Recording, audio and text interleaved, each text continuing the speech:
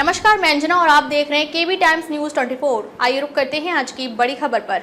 आजम खान बोले, मैं मायावती की बहुत इज्जत करता हूँ। वे बड़े जनसमूह की नायक, जरूरत पड़ी तो मिल भी सकते हैं।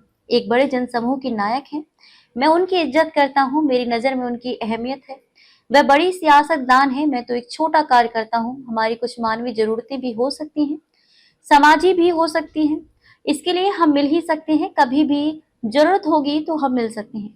ये बातें आजम खान ने मायावती के उस बयान पर कही जिसमें बसपा सुप्रीमो ने कहा था कि अफवाह फैलाई गई कि दूसरी पार्टी के फलाना वरिष्ठ नेता हमारी पार्टी में शामिल हो रहे हैं। दिल्ली और लखनऊ में मुलाकात भी हो गई है। मैं ऐसे किसी से छिपकर नहीं मिलती, जब भी मिलती हूँ खुले में मिलती हूँ। दरअसल पिछले महीने जब आजम खान ने जेल से बाहर आए थे, तब से ही अफवाहें उड़ने लगी थी कि कद्दावर नेता बसपा में शामिल हो सकते हैं। इसके लिए मायावती और आजम के बीच दिल्ली और लखनऊ में मुलाकात भी हो चुकी है। हालांकि दोनों ही नेता अपने अपने अंदाज में इन दावों को खारिज करते रहे थे। ऐसे में जब मायावती ने लखनऊ में बड़ी रैली कर इस मामले का जिक्र किया, तो आजम ने भी इसका जवाब दिया। उन्होंने कहा कि मैं इस पर थोड़ा दुख जाहिर करता हूँ कि उन्हें कैसे खबर पहुंची ये मुझे पता नहीं। मैं ही नहीं, पूरा देश उनका बहुत सम्मान करता है और वे इसकी हकदार भी हैं। उन्होंने कहा, वह मुख्यमंत्री रही ना रही इससे कोई लेना देना नहीं। वे बड़े जनसमूह की नायक हैं, वह एक बड़ी नेता है, मैं उनकी इज्जत करता हूँ। अगर किसी माध्यम से उन तक ऐसी कोई खबर पहुंची जिससे उन्हें दुख पहुंचा हो तो मुझे अफसोस है। आजम ने कहा, मेरी नजर में उनकी अहमियत है, मेरे दिल में उनके लिए कोई कमी नहीं है। मुझे उम्मीद है कि आगे भी यही स्थिति बनी रहेगी। वह बड़ी सियासतदान है, मैं तो एक छोटा कार्यकर्ता हूँ। पर जब वह रामपुर आई थी तब वह मेरी मेहमान थी। उन्होंने महसूस किया होगा कि मेरा उनके प्रति स्नेह किस तरह का है, मेरा उनसे जुड़ाव है। एएनआई से बातचीत में आजम ने कहा, कांसीराम से भी मेरा रिश्ता काफी पुराना रहा है। ये शायद बहुतों को मालूम ना हो कि वह सुबह 4 बजे मेरे पास आते थे। उन्हें मालूम था कि मैं फज्र की नमाज पढ़ता हूँ। वे मुझसे कहते थे कि मैं ऐसे ही वक्त आता हूँ ताकि आप मिल जाएं। उन्होंने कहा, उनसे मिलने पर आधा या 1 घंटा बात होती थी। मेरा उनके बड़ों से भी रिश्ता रहा है। मैं ऐसा नहीं हूं कि कोई ऐसी बात करूं या कहूं कि जो दुख का कारण बन जाए, शिकायत का सबब बन जाए।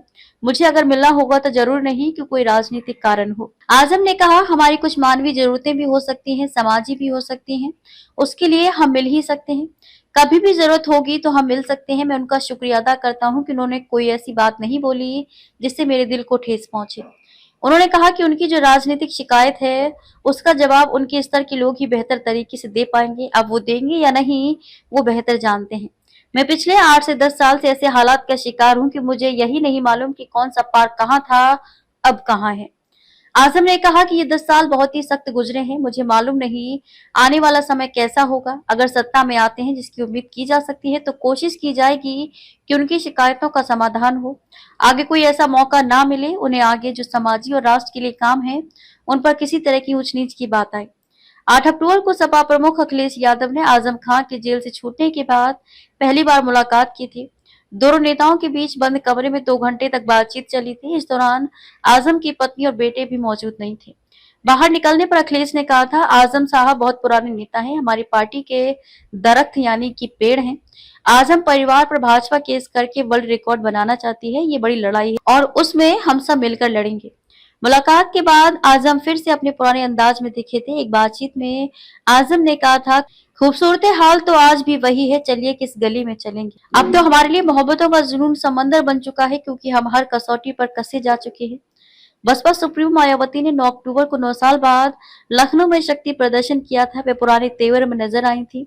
उन्होंने मंच से सीएम योगी की तारीफ की और सपा को दोगला बताया। मायावती ने आजम के बसपा में शामिल होने के अटकलों पर पहली बार कहा, मैं ऐसे किसी से छिपकर नहीं मिलती, जब भी मिलती हूँ खुले में मिलती हूँ। अब तक के लिए बस इतना ही, फिर मिलते हैं एक ऐसे ही बड़ी खबर के साथ। तब तक के लिए नमस्कार और देखते रहिए केबी टाइम्स न्यूज 24। अगर आपको ये वीडियो पसंद आई हो तो इसे लाइक करें व शेयर करें। ऐसे लेटेस्ट अपडेट पाने के लिए बेल आइकन को प्रेस करना ना भूलें। अगर आप हमें फेसबुक या फिर इंस्टा के माध्यम से देख रहे हैं तो हमारे पेज को फॉलो जरूर करें। धन्यवाद।